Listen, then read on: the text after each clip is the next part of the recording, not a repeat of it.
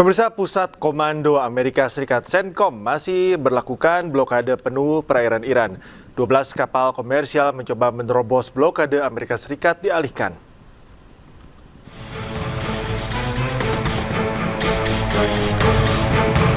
Amerika Serikat memutar balik 12 kapal komersial dan melumpuhkan 2 kapal yang dinilai tidak patuh terhadap aturan Amerika. Pusat Komando Amerika Serikat juga mengumumkan telah menaiki 2 kapal untuk melakukan pemeriksaan dan memastikan kepatuhan penuh, termasuk kapal tanker Charminar di Laut Arab. Sementara kapal tanker Gavin berbendera Mozambik dilumpuhkan Amerika di Teluk Oman karena mencoba melanggar blokade Amerika. Dalam rilisnya, Pusat Komando Amerika hingga kini tetap waspada penuh dalam mode siaga tempur.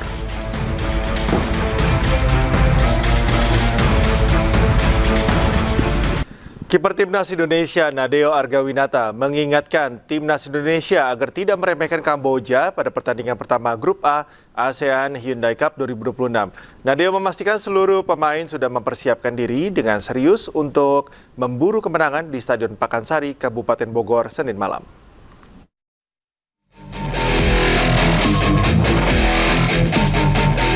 Jelang laga kontra Kamboja, kiper Timnas Indonesia Nadeo Argawinata mengungkapkan para pemain telah menjalani berbagai persiapan di bawah arahan pelatih John Hartman. Program latihan tidak hanya menyentuh aspek fisik namun juga strategi, organisasi permainan dan kebutuhan tim sebelum bertanding di Bogor. Persiapan tersebut membuat Nadeo dan rekan-rekannya percaya diri. Namun Nadeo menegaskan kepercayaan diri tersebut tidak boleh berubah menjadi sikap meremehkan Kamboja. Pertandingan pertama tidak gampang, meskipun kita sudah lihat Kamboja kemarin kalah 1-2 di home melawan Singapura. Tapi itu tidak menjadikan alasan bahwa kita melihat Kamboja juga tim yang sepele atau tim gampang untuk dikalahkan, tidak sama sekali. Kita tetap fokus dan seperti yang coach tadi bilang, kita fokus pada tim kita sendiri dengan identitas kita sendiri, cara bermain kita sendiri dan dengan keyakinan penuh bahwa kita bisa memberikan hasil positif untuk pertandingan-pertandingan di Piala AFF kali ini. Menurut Nadeo, pertandingan pembuka dalam sebuah turnamen selalu menghadirkan tantangan tersendiri. Para pemain harus mengendalikan tekanan sekaligus segera menemukan ritme permainan sejak menit awal. Nadeo menegaskan fokus para pemain tetap terjaga menjelang pertandingan melawan Kamboja. Kini skuad Garuda dituntut menerjemahkan seluruh persiapan menjadi kemenangan untuk membuka perjalanan di ASEAN Hyundai Cup 2026 dengan hasil meyakinkan. Pemirsa, Komisi Pemberantasan Korupsi menggeledah rumah Kepala Dinas PUPR Kota Bengkulu, Noah Prisman. Dari lokasi, KPK mengamankan uang tunai sebesar 4 miliar rupiah. Penggeledahan di rumah Kepala Dinas PUPR Kota Bengkulu ini berjalan selama 7 jam. Usai penggeledahan, penyidik membawa sejumlah barang bukti berupa dokumen dan uang tunai senilai 4 miliar rupiah. Selain rumah Noah Prisman, KPK juga menggeledah kantor dan rumah pihak swasta yang bergerak di bidang alat kesehatan dan pengelolaan limbah. Penggeledahan sebagai bagian dari pengembangan dari operasi tangkap tangan Bupati Rejang Lebong, Fikri Tobari. Tobari diduga terlibat kasus suap dan gratifikasi sejumlah proyek. Tim dari KPK mendatang ke rumah salah seorang warga dan saya dipanggil untuk menghadiri penggeledahan itu. Jam berapa mulainya itu, Pak? Saya datang pukul 9 malam ya, Pak. Informasi selanjutnya, pemirsa, jenazah juru bicara Otorita Ibu Kota Nusantara, Troy Panto, akan dimakamkan di TPU Tanah Kusir, Jakarta Selatan pada Senin besok. Almarhum Troy akan dilepas secara kedinasan oleh Otorita Ibu Kota Nusantara dari RSPAD Gatot Subroto, Jakarta Pusat, sebelum diberangkatkan ke tempat pemakaman. Almarhum Troy masih aktif mempersiapkan rangkaian kegiatan peringatan Hari Ulang Tahun ke-81 Kemerdekaan Republik Indonesia di Nusantara sebelum wafat pada Sabtu kemarin.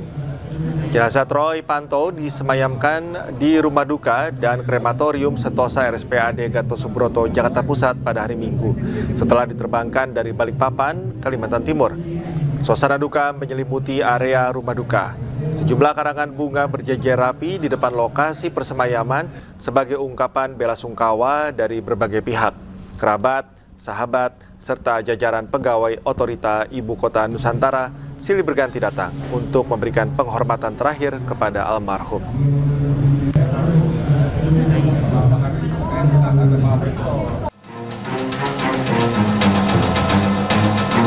Klub lari yang berlokasi di Canggu, Bali mendadak viral. Klub ini diduga selalu menolak WNI dan hanya mengeksklusifkan diri untuk WNA.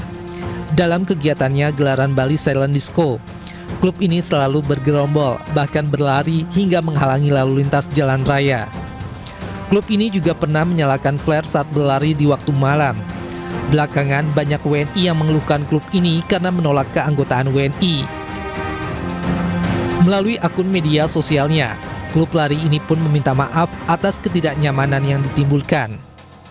Sementara anggota DPD RI sekaligus tokoh masyarakat Bali, Niluh Jelantik, meminta Dirjen Imigrasi tegas menindak komunitas dan penyelenggara kegiatan yang dinilai meresahkan. Laporan kami terkait dengan dugaan diskriminasi oleh WNA dan juga kegiatan-kegiatan yang diduga tidak berizin. Video terlampir dan kepada para WNA ataupun foreigners yang tidak menerima keanggotaan warga negara Indonesia, kalian melakukannya di Bali, kalian melakukannya di Indonesia.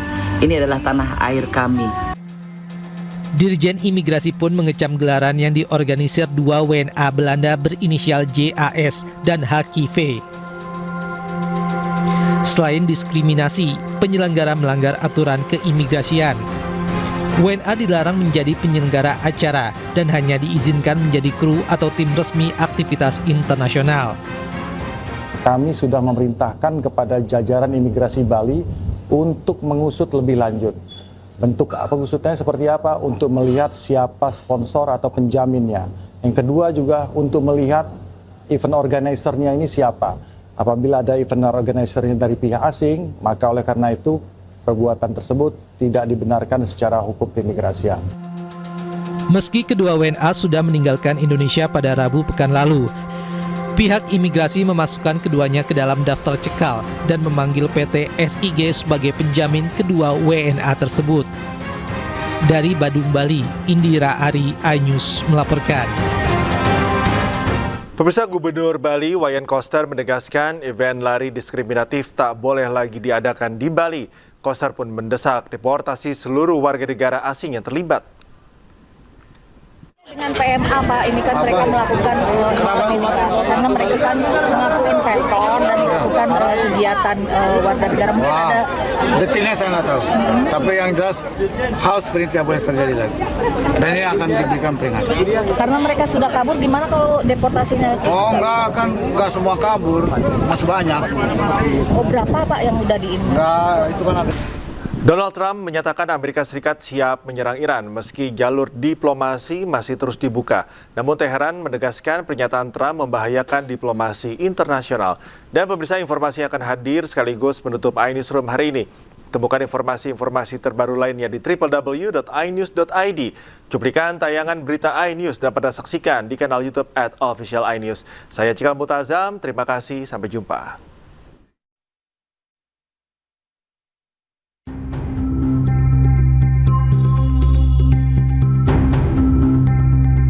Presiden Amerika Serikat Donald Trump menegaskan negaranya siap teruskan opsi militer untuk Iran jika diperlukan. Pernyataan Trump tersebut di tengah negosiasi dengan Iran yang masih berlangsung. Trump juga mengklaim Iran hampir dapat memproduksi senjata nuklir, namun tidak tercapai karena kehadiran Trump. At what point with Iran do you think they're going to cry uncle and actually come to the table? Well, maybe they will cry uncle, or maybe they'll just give up, or maybe they'll just go into a cave and hide. You know, they have caves very deep in the ground and they can hide. They get shaken up pretty good, but they can hide. But we've taken out their first level of leadership, and we're negotiating with the rest, and we'll see how it all works. And right now we are talking to them seriously, and maybe even more so, the B-2 bombers. If that plane right there, that plane, that beautiful plane, the wing, it carries the largest bombs in the world. going at very tremendous speeds. Every one of them hit and blew it to hell. If that didn't happen, they would have had a nuclear weapon and there would be no Israel. If I wasn't here, if I wasn't president, there would be no Israel and there probably would be no Middle East, and you saw that. Sementara itu, Menteri Luar Negeri Iran, Abbas Araghchi, menyatakan serangan militer AS yang terus berjalan menjadi pesan berbahaya bagi diplomasi internasional. از همه نگران کننده تر آنکه این تجاوزات در شرایطی صورت گرفت که جمهوری اسلامی ایران مسیر دیپلماسی و گفتگو را برگزیده بود و مذاکرات برای حل و فصل اختلافات در جریان بود. پاسخ به دیپلماسی نه از مسیر مذاکره بلکه با حمله نظامی داده شد. چنین رفتاری اعتماد به دیپلماسی را تضعیف می‌کند. اعتبار سازوکارهای مسالمت‌آمیز حل اختلافات را زیر سوال می‌برد و پیام خطرناکی برای آینده روابط بین‌الملل به همراه دارد. Iran menegaskan tetap berkomitmen pada jalur diplomasi, namun menilai diplomasi sulit berjalan jika terus ada tekanan militer.